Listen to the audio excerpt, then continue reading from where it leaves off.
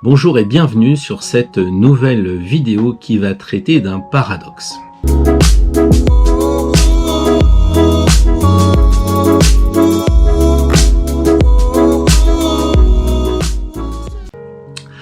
Un paradoxe parce que d'une part, si tu reçois mes mails quotidiens, tu vois que je parle de beaucoup de choses sur les traditions, géobiologie, tarologie, reiki, astrologie, j'en passe. Et puis d'un autre côté, je suis assez dans la vraie vie avec la politique, avec les questions sociales et puis bien entendu avec l'idée d'auto-entrepreneuriat, les biais cognitifs et plein d'autres choses liées justement au nouveau monde qui se profile. Alors, pour beaucoup d'entre vous, il y a un paradoxe. Il semblerait qu'on puisse pas être astrologue et s'intéresser à la politique, on puisse pas faire du social et en même temps s'interroger à la tarologie ou en tout cas y faire le lien. Alors aujourd'hui, c'est ce que je vais faire. Pourquoi ? Bien, figurez-vous que j'ai écrit un livre qui s'appelle La Lemniscate où j'ai beaucoup parlé des synchronicités, des coïncidences, des hasards et dernièrement j'en ai eu plusieurs. La première, ça a été lorsque dans l'atelier tirage astro-tarot de l'année 2020, plusieurs personnes ont eu des cartes relatives à l'entreprise. Et puis hier, quand j'ai mis en ligne la vidéo sur la semaine Astro-Tarot, le tirage, j'ai constaté un nombre incroyable de tarots, de cartes liées à l'entreprise. J'en ai d'ailleurs pas mal parlé en fin de vidéo. Et aujourd'hui, je voudrais développer ce point parce que vous êtes un certain nombre à vous interroger là-dessus. Comment peut-on parler de nouvelles technologies, d'entreprises, alors que le tarot est un instrument, un outil qui remonte au Moyen-Âge ? Comment parler de Google, comment parler de société, alors qu'à l'époque, seul le roi et quelques ministres pouvaient prétendre posséder des entreprises. Alors, c'est ce que nous allons voir pour démontrer une chose évidente, l'astrologie est intemporelle. Il est intemporel comme les mythes, il est intemporel comme les contes de fées. Ce sont nos références, ce sont, peu importe que ça existait ou pas, que Jupiter existe ou qu'il n'existe pas, ces mythes qui dans le temps se retrouvaient au coin du feu et qui aujourd'hui malheureusement ont un peu disparu, bien qu'on puisse les retrouver dans de nombreux films et dans de nombreux romans, ce sont des aides à notre psyché et je crois fortement à l'influence des mythes comme je crois à l'influence du tarot. Prenons un exemple. Si vous regardez l'arcane 21, cela correspond au monde. Le monde, c'est quoi au Moyen-Âge ? Comme aujourd'hui, c'est le monde extérieur, c'est-à-dire le monde qui nous entoure. Comment va-t-il ce monde ? Avec effectivement le mot lui-même. Mais aussi, quand on regarde l'arcane, on voit qu'il y a des anges et des archanges. Et là, le monde devient un monde intérieur, un monde très personnel, très développé aujourd'hui par les psychologues, mais tout autant développé, je vous rassure, par les frères du désert ou bien par les anciens, par les maîtres qui avaient véritablement une expérience de vie. Ils avaient peut-être pas les mêmes mots, mais ils étaient de sacrés coachs quand même. Donc le monde peut être un monde extérieur et un monde intérieur. Cela se voit dans cette carte et que le tarot est complètement transposable et toujours d'actualité. Alors vous me direz aujourd'hui que quand vous tirez la carte du monde, qu'est-ce que cela signifie pour l'auto-entrepreneuriat ? Alors vous allez me dire, si je tire aujourd'hui la carte du monde et que je veux me lancer dans une entreprise, faire de l'auto-entrepreneuriat, qu'est-ce que cela signifie ? Ça signifie exactement la même chose que du temps d'Arnaud de Villeneuve à Maglone, faire de l'import-export. Le monde, c'est aller à l'étranger, pas plus compliqué que ça.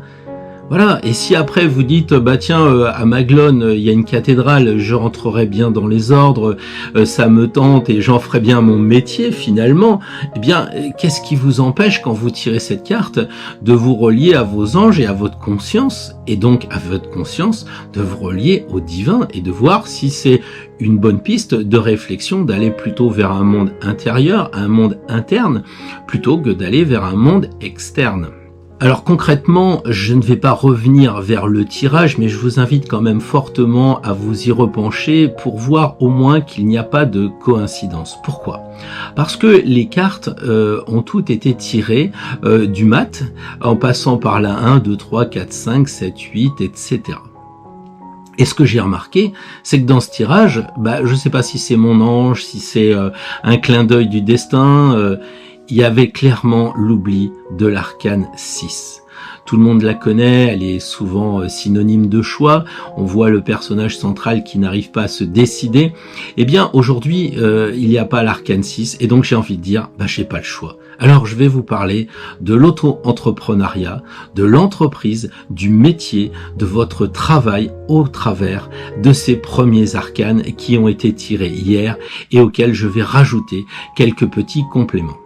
Le mat, quand vous regardez le jeu, et vous le savez maintenant, c'est la seule carte qui se met en mouvement. Nous sommes d'accord que le pape ne bouge pas plus que l'ermite. L'ermite est plutôt à l'arrêt, ou en tout cas il regarde vers le passé, donc il n'avance pas. Quant à l'arcane sans nom, on va dire qu'effectivement elle avance, mais c'est plutôt un mythe puisque on voit un squelette bouger. Le vrai arcane qui bouge, c'est le mat. Il représente à lui tout seul 85% du tirage. Donc si vous le tirez, il faut vous mettre en marche. Vous n'avez pas le choix. Parce que le jeu, c'est le jeu. Et si vous avez tiré cette carte, il faut le faire. Sinon, vous allez vous parjurer. Et la prochaine fois, qu'est-ce qui vous dit que le jeu vous donnera véritablement une réponse claire et satisfaisante puisque vous ne suivez pas ses conseils? Donc, soit vous êtes en confiance avec le jeu et le jeu, soit à ce moment-là, il vaut mieux arrêter là. Mais revenons à nos moutons, le mat se profile, il faut donc aller vers le travail, vers l'entreprise. Avec la besace, le mat nous dit que il a tous les outils, il a toutes les expériences. Et c'est ainsi qu'il va arriver dans l'arcane du battleur, la première. Cette première carte va indiquer effectivement, on le voit au travers des couleurs, que le mat a déposé sur la table les outils. Et donc l'arcane 1 correspond aux premiers outils, aux premières expériences que l'on a. Le battleur, c'est un peu l'apprenti. Ça peut être bien d'autres professions. Peut-être que c'est un herboriste, peut-être que c'est un préparateur en pharmacie de nos jours.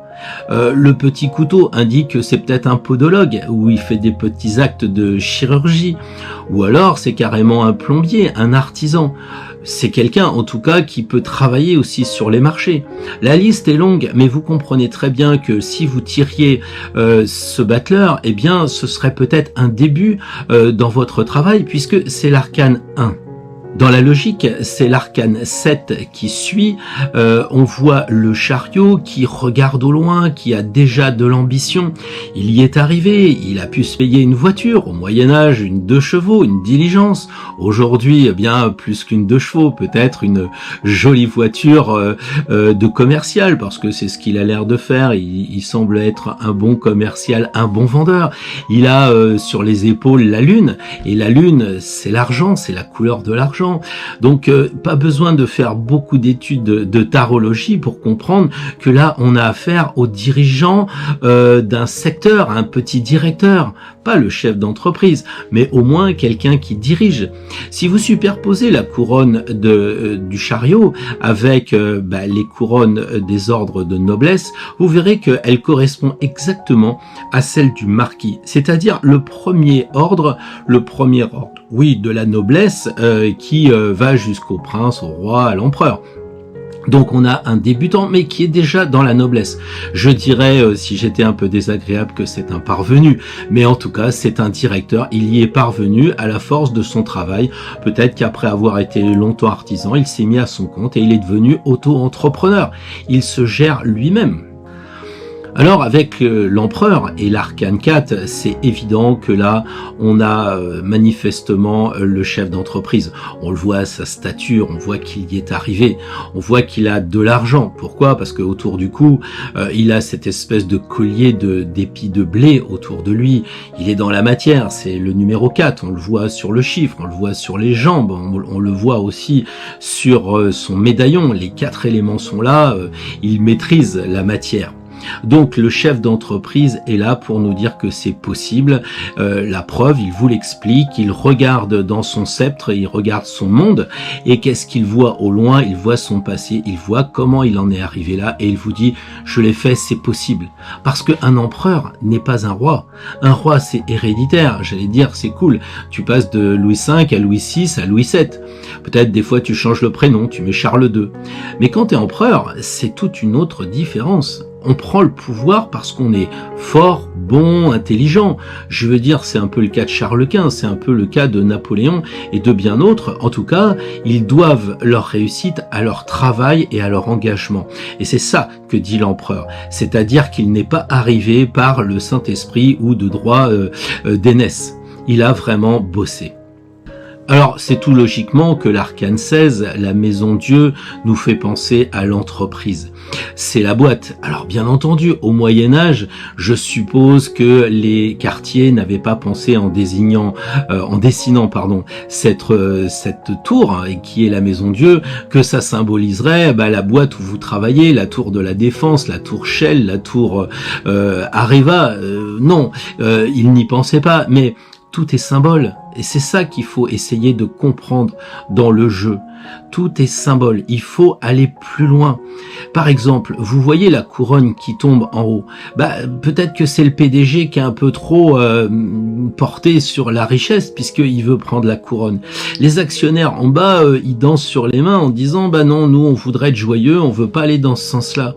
Peut-être que c'est un combat entre actionnaires et patrons, allez savoir. C'est à vous d'imaginer par rapport à la carte et aussi de vérifier par rapport à ce que vous vivez concrètement sur votre chemin pour analyser la carte que vous avez tirée. Vous seul peut le dire, ou le tarologue, parce que évidemment il va avoir une plus grande expérience de la symbolique des cartes. Alors à partir de là, c'était les grandes lignes du tirage, mais vous pouvez ajouter une secrétaire. L'impératrice, elle tient bien son sceptre comme un stylo. Vous pouvez imaginer avec la papesse qu'elle vous propose de signer un contrat de travail, ou bien elle vous dit suivez une formation. Tout est possible. La justice, elle est plus sévère. Moi, je la verrais bien en comptable, en expert comptable. De même, le pape, on sait très bien qu'avec sa veste rouge, il correspond à un expert. Peut-être c'est un recours à un expert comptable. Peut-être c'est vous qui devez vous spécialiser en tant qu'avocat dans le droit social, dans le droit de l'entreprise. Tout est possible. C'est à vous, encore une fois, d'analyser la carte avec le chemin, le point où vous en êtes sur votre chemin. Alors évidemment, vous allez probablement me poser des questions sur l'arcane 13 en me disant la faucheuse là c'est quand même pas de bon augure. Alors, je vais être clair une nouvelle fois, je l'ai déjà dit dans des vidéos, si on avait vraiment voulu tuer l'herbe que l'on est censé faucher, on aurait pris une bêche, toute racine en l'air, l'herbe ne repousse pas. Là, au contraire, quand on fauche, on récolte. Et on récolte quoi? Ce que l'on a semé. Et c'est pas hasard si la colonne vertébrale de l'arcane 13, est représentée par des épis. Vous voyez, les épis de l'empereur, on les retrouve dans la colonne vertébrale de l'arcane 13. Donc on sème et on récolte. Et l'arcane 13, au contraire, c'est peut-être le moment très positif de moissonner. Il faut faire attention avec notre inconscient collectif. Peut-être que vous allez récolter ce que vous avez semé en, en coupant la tête en tant que DRH de certains salariés. Parfois, il faut le faire parce que l'entreprise ne peut pas vivre avec trop d'employés. Parfois, les employés eux-mêmes ne sont pas à la hauteur et vous devez couper les têtes. C'est bien ce que l'on voit. Et du coup, l'entreprise va peut-être fleurir. Peut-être vous allez embaucher des personnes plus compétentes, plus qualifiées. Donc, ne voyez pas cet arcane 13 comme quelque chose de négatif. De même, le diable, il peut signifier de ne pas signer un contrat, que c'est louche parce que vous allez vous retrouver avec un chef d'entreprise comme associé qui sera pas net. Alors remerciez le diable de ce conseil, passez votre chemin et surtout ne signez pas de contrat avec ce nouvel associé ou cet employé que vous voulez embaucher, ou même si vous voulez aller avec un patron. Et là vous demandez un conseil et là vous récupérez le diable. Est-ce que c'est bon d'aller signer un contrat avec ce patron? Non, pas vraiment. Parce qu'en fait, dans un tirage, il faut toujours poser la question sous angle d'un conseil ou d'un bilan. Trop souvent, les gens disent « Est-ce que je vais réussir mon bac ?» Le tarot n'est pas fait pour répondre oui ou non. Il peut le faire, bien entendu. Il suffirait d'y mettre un peu de bonne volonté. Mais il vaut mieux prendre un pendule ou prendre une pièce de monnaie. La question fermée du oui ou du non avec le tarot, c'est franchement malvenu. Par contre, faire un bilan, comment je peux avoir mon bac? Oui, et ben avec l'impératrice, faut bosser. Il y a cette solution pour avoir son bac. Comment faire pour réussir mon BTS avec la papesse? Eh ben, il faut te former, il faut lire des bouquins. C'est ça qu'elle dit, la papesse. Et là, peut-être que tu auras ton bac, mais de toute façon, oui ou non n'est pas véritablement la réponse qui est proposée par le tarot. Sinon, les cartes seraient noires ou blanches. Il vous appartient donc de regarder à chaque fois la carte par rapport à la situation que vous vivez. Si vous avez la possibilité d'ouvrir votre imaginaire, vous allez voir que vous allez vous connecter avec un monde extraordinaire. Prenons un exemple, l'arcane 14. Vous voyez un ange. Qu'est-ce que cela signifie à vous? Vous êtes en train de vous poser une question du genre, est-ce que je vais aller exposer mes tableaux au Nouveau-Mexique? Est-ce que je vais aller jouer de la guitare à Los Angeles? Et là, vous tirez l'archange, plus connu sous le nom de tempérance. Est-ce que ça veut dire il faut se tempérer? Mais non. Moi, je crois qu'il faut se tempérer en prenant l'avion. C'est ça, c'est la carte où il y a des grandes ailes. Donc, est-ce que j'y vais ou est-ce que j'y vais pas aux États-Unis? Eh ben, prenez l'avion. C'est ça qu'elle vous dit. Après, si vous avez toujours cette optique de dire oui, c'est le temps de l'errance, je vais jamais y arriver, eh bien non, parce que le temps de l'errance, oui, on peut l'imaginer dans certaines situations, mais ça voudrait dire que l'ange, la plus grosse carte d'ange du jeu, puisqu'on sait très bien que les autres cartes, c'est l'arcane 6, c'est l'arcane 21 et c'est l'arcane 20 où on retrouve des anges. Mais là, vous avez le gros modèle. Donc, faut arrêter de dire oui, c'est le temps de l'errance, c'est désagréable. Peut-être si vous la tirez à l'envers, mais là, de grâce, prenez l'avion, envolez-vous, allez vers vos projets. Enfin, on peut aussi imaginer d'autres possibilités. Si vous avez l'arcane, par exemple, 20, eh ben, soit on vous souffle dans les bronches en vous disant, bah écoute, fais ta boîte, quoi, il faut y aller, va même chez Ikea, il y a un drapeau, là, il faut aller acheter des meubles, il faut constituer ton bureau.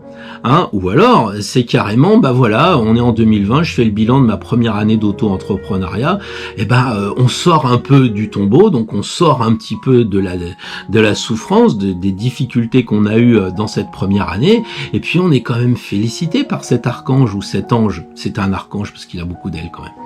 Voilà, donc vous comprenez la façon dont on peut tirer les cartes par rapport à un enjeu particulier. En l'espèce, moi j'ai préféré vous prendre l'exemple de l'auto-entrepreneuriat, l'exemple du salarié, l'exemple du patron. Et vous pouvez transposer en fonction de la place que vous occupez dans ce monde du travail. Donc, à vous maintenant de jouer, à vous de prendre les cartes. C'est peut-être aussi la possibilité de prendre toutes les cartes, de prendre l'ensemble des arcanes majeurs. Peut-être que vous êtes plus avancé, alors à ce moment-là, prenez aussi les arcanes mineurs. Il y a beaucoup de choses, mais si vous débutez avec les 22 arcanes majeurs, avec votre imagination, et puis en vous concentrant, si vous posez une question claire, si vous évitez les questions fermées, si vous faites marcher votre imagination, si vous vous concentrez sur la carte, vous aurez une réponse. Si vous commencez à tirer une autre carte, puis une autre carte, puis une autre carte, comme la plupart des personnes le font, eh bien, vous êtes en dehors des clous. Vous posez une question, vous avez une réponse, donc à ce moment-là, étudiez-la.